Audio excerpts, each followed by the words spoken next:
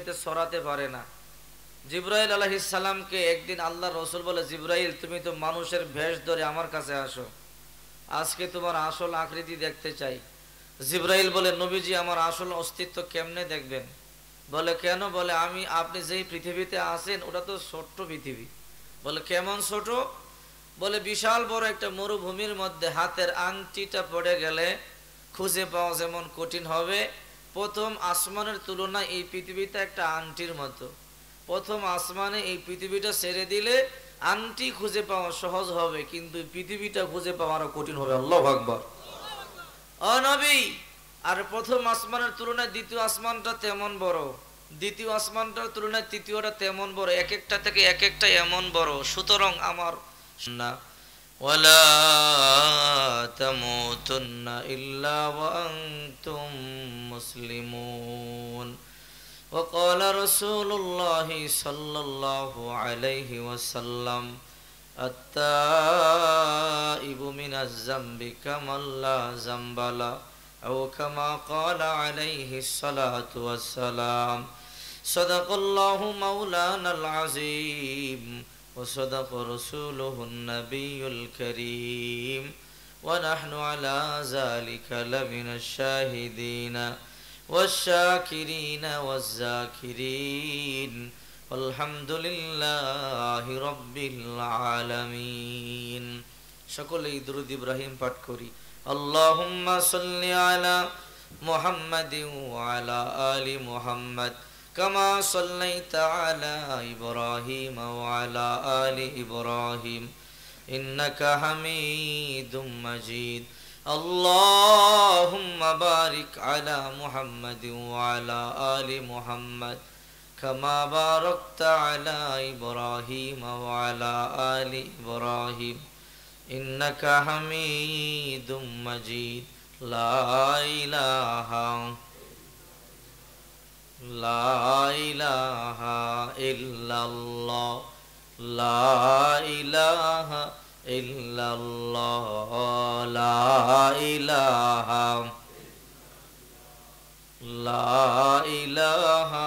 إلا الله لا إله. গাড়ি চলে না ড্রাইভার সারা, বিমান চলে না পাইলট সারা, নৌকা চলে না মাঝি সারা, পৃথিবী চলে না আল্লাহ সারা। লা ইলাহা লা ইলাহা ইল্লাল্লাহ লা ইলাহা ইল্লাল্লাহ লা ইলাহা।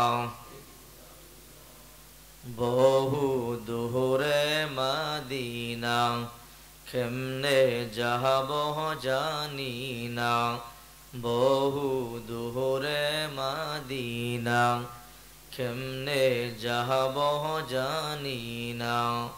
দয়া কর দয়াল আল্লাহ, দয়া কর দয়াল আল্লাহ, ফুরাহ মনের বাসনা। লা ইলাহা লা ইলাহা ইল্লাল্লাহ লা ইলাহা ইল্লাল্লাহ লা ইলাহা ইল্লাল্লাহু মুহাম্মাদুর রাসূলুল্লাহ সাল্লাল্লাহু আলাইহি ওয়াসাল্লাম। আলহামদুলিল্লাহ, পূর্ব মাথিয়া নুরুল উলুম নুরানি হাফিজিয়া মাদ্রাসার হাফেজ ছাত্রদের পাগড়ি প্রধান ও এলাকাবাসীর সকল মৃত ব্যক্তিদের রুহের মাগফিরাত কামনা এলাকাবাসীর উদ্যোগে দোয়া ও তাফসিরুল কোরআন মাহফিলের আজকের সম্মানিত সভাপতি সাহেব আলহাজ হযরত মাওলানা আবু তাহের সাহেব দামাত বারকাতুহুমুল আলিয়া, আল্লাহ পাক রব্বুল আলামিন হযরতকে নেক হায়াত দান করেন, সবাই বলে আমিন। সহসভাপতি হযরত মাওলানা রফিকুল ইসলাম সাহেব দামাত বারকাতুহুমুল আলিয়া, প্রধান মেহমান হযরত মাওলানা শফিকুর রহমান জালালিবাদী সাহেব, আল্লাহ পাক রব্বুল আলামিন হযরতকে নেক হায়াত দান করেন। আমন্ত্রিত ওলামায়ে কেরাম এবং আমন্ত্রিত অতিথিবৃন্দ, দূর দূরান্ত থেকে আগত আল্লাহ পাকের আশিকিন, জাকিরিন, শাকিরিন, মুহিব্বিন, মুরাব্বিন ইজম, কলিজার টুকরা আমার যুবক বন্ধুগণ, স্নেহের ছোট ভাই, পর্দার অন্তরালে অবস্থানরত শ্রদ্ধেয় সম্মানিত মা ও বোনেরা, মহান সৃষ্টির মহান স্রষ্টা দয়াময় আল্লাহ পাক রব্বুল আলামিনের দরবারে অসংখ্য শুকরিয়া আদায় করেছি যে আল্লাহ পাক আমাদেরকে দয়া করে মেহেরবানি করে ভালোবেসে পৃথিবীর সবচেয়ে দামি মজলিস কোরআন সুন্নাহর মজলিস এনেছেন, বসার তৌফিক দান করেছেন। সকলেই জবান ছেড়ে দিয়ে বলি আলহামদুলিল্লাহ। আপনারা কি কেউ রাগ করে আছেন? সালাম দিয়েছি, অনেকে জবাব দেন নাই, কারণ কি? রাগ করে নাই তো কেউ। সালামের আমল করলে জান্নাত পাওয়া যায়, সুবহানাল্লাহ বলেন। রাসূল করিম সাল্লাল্লাহু আলাইহি ওয়াসাল্লাম বলেন, কোন ব্যক্তি যদি দৈনিক 40 জন মানুষকে সালাম দেয় আর ওই দিন যদি মারা যায়, আল্লাহ তাকে মাফ করে দিয়ে জান্নাতের মেহমান বানায় দিবে। রাসূল করিম সাল্লাল্লাহু আলাইহি ওয়াসাল্লাম বলেন, মান সাল্লামা 40 রাজুলান, যদি কোনো ব্যক্তি দৈনিক 40 জন মানুষকে সালাম দেয়, ফি জামাতিনা ফুরাদা, এক সালামে একত্রে 40 জনকে দিতে পারে, অথবা একজন দুইজন করে ভেঙে ভেঙেও দিতে পারে। লাইলা ওয়া নাহার, দিন রাত, একটা মানুষ চেষ্টা করলে দিন রাতে 24 ঘন্টার মধ্যে 40 জন মানুষকে সালাম দিতে পারবে কি পারবে না?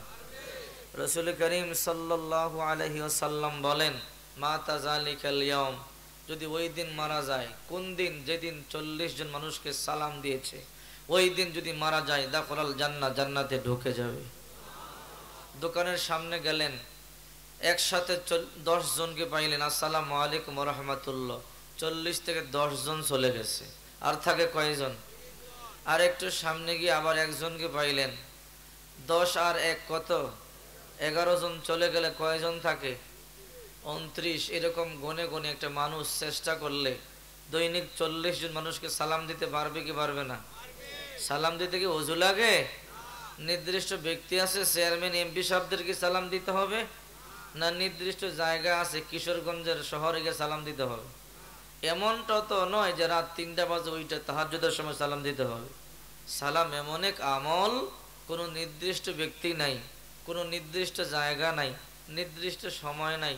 এক মুমিন মুসলমান যেটাই খুশি বিনা পারমিশনে এক মুসলমান অপর মুসলমানকে বলতে পারবে আসসালামু আলাইকুম ওয়া রাহমাতুল্লাহ, ঠিক কিনা জোরে বলুন। আপনি যখন জান্নাতে যাবেন, জান্নাতে hi hello, good morning, good evening এই শব্দ নাই। ওয়া তাহিয়াতুহুম ফিহা সালাম, জান্নাতে শুধু সালাম আদান প্রদান হবে। আল্লাহ পাক রব্বুল আলামিন সূরা ইউনূসে বলেন, ওয়াল মালাইকাতু ইয়াদখুলুনা আলাইহিম মিন কুল্লি বাব সালামুন আলাইকুম বিমা সাবারতুম ফানি'মা উকবাদ-দার। আপনারা যখন জান্নাতে যাবেন, জান্নাতের গেটে দাঁড়াইয়া বড় বড় ফেরেশতা, জিবরাইল ফেরেশতা, মিকাইল ফেরেশতা, ইসরাফিল ফেরেশতা, এই বড় বড় ফেরেশতারা আপনাদেরকে বলবে সালামুন আলাইকুম বিমা সাবারতুম ফানি'মা উকবাদ-দার। জান্নাতের গেটে দাঁড়াইয়া দাঁড়াইয়া বলবে, স্যার আসসালামু আলাইকুম ওয়া রাহমাতুল্লাহ, সুবহানাল্লাহ বলে। এত বড় বড় ফেরেশতা, যাদের মাথার মধ্যে গোটা দুনিয়ার পানি ঢেলে দিলে তালুতেই শুকায়া যাবে, গড়ায়া পড়বে না, এত বড় দেহের অধিকারী জিবরাইল ফেরেশতা, ওয়ালাহু সিত্তুমিয়াতু জানাহা, জিবরাইলের দেহের মধ্যে 600 পাখা আছে। কয়টা পাখা আছে? কিতাবের মধ্যে আছে একটা পাখায় গোটা সমস্ত পাখা যা আছে সব আকাশে ছড়াই। এই ছোট্ট পৃথিবীতে আমি আপনাকে আমার অস্তিত্ব দেখাইতে পারবো না। রসুল বলল, এত কথা বুঝি না, বললাম দেখাইতে, দেখা। সুবহানাল্লাহ বলে। তো রসুল জিবরাইল বলে, আল্লাহর হাবিব আপনি চোখ বন্ধ করেন। আল্লাহ রসুল চোখ বন্ধ করলেন। কিছুক্ষণ পর জিবরাইল বলল, আল্লাহর হাবিব আপনি চোখ খোলেন। আল্লাহ রসুল চোখ খুললো। জিবরাইল বলল, কি দেখছেন? বলে, আমি কিছু দেখি নাই। কিছুই দেখেন নাই? বলে, এতটুকুন শুধু দেখলাম, গোটা পৃথিবীটা আলোক উজ্জ্বল ছিল, কিছু সময়ের জন্য অন্ধকার হয়ে গেছে। বলে, নবীজি এটাই তো আসলটা, আমার 600 পাখা থেকে একটা পাখা সরিয়ে দিয়েছি তো গোটা আসমানটাকে ঢেকে ফেলে দিয়েছি।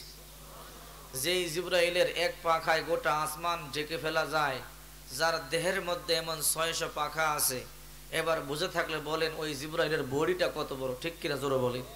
ওই জিবরাইল জান্নাতের গেটে দাঁড়াইয়া আপনাকে আমাকে সালাম দিয়ে বলবে, স্যার আসসালামু আলাইকুম ওয়া রাহমাতুল্লাহ। হতে পারে কিশোরগঞ্জে আপনি মজদুরির কাজ করেন, রিক্সা চালাতে পারেন, ট্রাক চালাতে পারেন, ভ্যান চালাতে পারেন, মাথায় বোঝা বহন করে জীবিকা নির্বাহ করতে পারেন। হতে পারে আপনি গরিব কৃষক, কিন্তু জান্নাতে গেলে এই জিবরাইলও আপনাকে বলবে, স্যার আসসালামু আলাইকুম ওয়া রাহমাতুল্লাহ। আশরাফ আলী থানভী রহমতুল্লাহি আলাইহি একটা কিতাব লেখছেন, কিতাবের নাম আল ইবক। এই কিতাবের মধ্যে এসেছে একবার জিবরাইল বলে, আল্লাহ আমি জান্নাত দেখব। আল্লাহ বললেন তুমি জান্নাত দেখতে পারবে না। বলে কেন? বলে জান্নাত তো অনেক বিশাল, এত বড় জান্নাত তুমি দেখবে কি করে? তো জিবরাইল কি বড় কমনি? তো জিবরাইল বলে, আল্লাহ আমি এত বড় হইয়া যদি জান্নাত দেখতে না পারি, আদম সন্তান জান্নাত দেখবে কেমনি? তো আল্লাহ পাক বললেন, ও জিবরাইল, আদম সন্তান জান্নাত দেখতে পারবে, আদম সন্তানকে সেই ক্ষমতা আমি দিয়েছি, কিন্তু তুমি পারবে না। আচ্ছা বলেন তো, যে জিবরাইলের এক ডানা দিয়া গোটা আসমান ঢাকা যায়, যার দেহে এমন 600 পাখা আছে, ওই দেহ কত বড়, তার তুলনায় আমাদের অস্তিত্ব খুঁজে পাওয়া যাবে?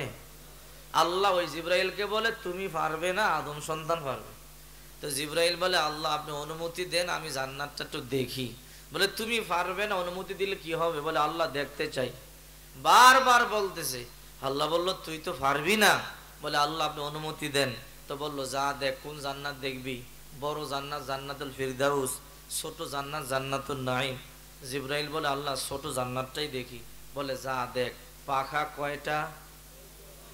600 পাখা দিয়ে একটা উড়াল দিছে, পাখি যেমনি উড়ে। সুবহানাল্লাহ বলে। এক উড়ালে কোনো জিরান্তি নাই, বিরতিহীন ভাবে 70 বছর শুধু উড়তেই থাকলেন। সুবহানাল্লাহ বলে। আর এক হাদিসের মধ্যে আসছে 70,000 বছর পর্যন্ত শুধু উঠতেই থাকলেন। 70,000 বছর পরে জিবরাইল বসে পড়ল। কিতাবের নাম আল ইবক। আল্লামা শাহ আশরাফ আলী থানভী রহমতুল্লাহ লিখেছেন, বসে পড়ার পরে প্রতিটা ডানার গোড়া দিয়ে গাম বের হয়ে গেছে।